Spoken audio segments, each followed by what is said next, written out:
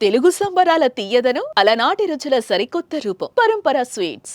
సింగపూర్లోని ఓ పాఠశాలలో జరిగిన అగ్ని ప్రమాదంలో గాయపడిన పవన్ చిన్న కుమారుడు మార్క్ శంకర్ పవనోవిచ్ ఆరోగ్యం కుదుటపడుతోంది. 3 రోజుల చికిత్స అనంతరం ఆసుపత్రి నుంచి మార్క్ డిశ్చార్జ్ అయ్యాడు. ఈ మేరకు మెగాస్టార్ చిరంజీవి ట్వీట్ చేశారు. మా బిడ్డ మార్క్ శంకర్ ఇంటికొచ్చేశాడు. అయితే ఇంకా కోలుకోవాలి. మా కులదైవమైన ఆంజనేయ స్వామి దయతో కృపతో త్వరలోనే పూర్తి ఆరోగ్యంగా మళ్లీ మామూలుగా ఎప్పట్లానే ఉంటాడు. రేపు హనుమాన్ జయంతి. ఆ స్వామి ఓ పెద్ద ప్రమాదం నుంచి, ఓ విషాదం నుంచి ఆ పసిబిడ్డను కాపాడి మాకు అండగా నిలిచాడు. వివిధ ప్రాంతాల్లోని పలు ఊళ్లలో మార్క్ శంకర్ కోలుకోవాలని ప్రతి ఒక్కరూ మా కుటుంబానికి అండగా నిలబడి ఆ బిడ్డ కోసం ప్రార్థనలు చేస్తున్నారు, ఆశీస్సులు అందజేస్తున్నారు. నా తరపున, తమ్ముడు కళ్యాణ్ బాబు తరపున, మా కుటుంబం 50 మంది తరపున మీ అందరికీ ధన్యవాదాలు తెలియజేస్తున్నామంటూ చిరంజీవి ట్వీట్లో రాసుకొచ్చారు.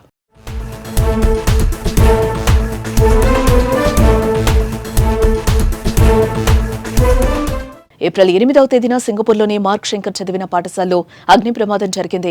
మొదట ఈ ప్రమాదం చిన్నదే అని అంతా అనుకున్నారు. కానీ ప్రమాద దృశ్యాలు బయటకు రావడం, 19 మంది గాయపడ్డం, మార్క్ పక్కనే కూర్చున్న ఓ చిన్నారి ప్రాణాలు కూడా పోయాయని పవన్ చెప్పడంతో మార్క్ ఆరోగ్య పరిస్థితిపై ఆందోళన మొదలైంది.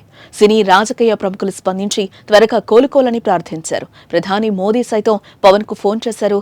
మార్క్ శంకర్ ఆరోగ్య పరిస్థితి గురించి వివరాలు అడిగి తెలుసుకున్నారు. ప్రమాదం ఏ విధంగా జరిగిందో తెలుసుకుని మార్క్ శంకర్ త్వరగా కోలుకోవాలని ఆకాంక్షించి ధైర్యం చెప్పారు. సింగపూర్లో ఎటువంటి సహాయం కావాలన్నా తాను సిద్ధంగా ఉన్నారని పవన్ కు ప్రధాని మోదీ హామీనిచ్చారు.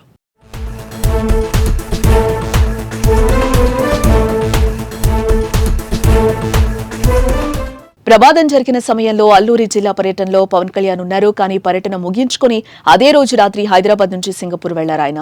పవన్ తో పాటు చిరంజీవి, సురేఖ కూడా సింగపూర్ కు వెళ్లి మార్క్ ఆరోగ్య పరిస్థితిపై వైద్యులను అడిగి తెలుసుకున్నారు.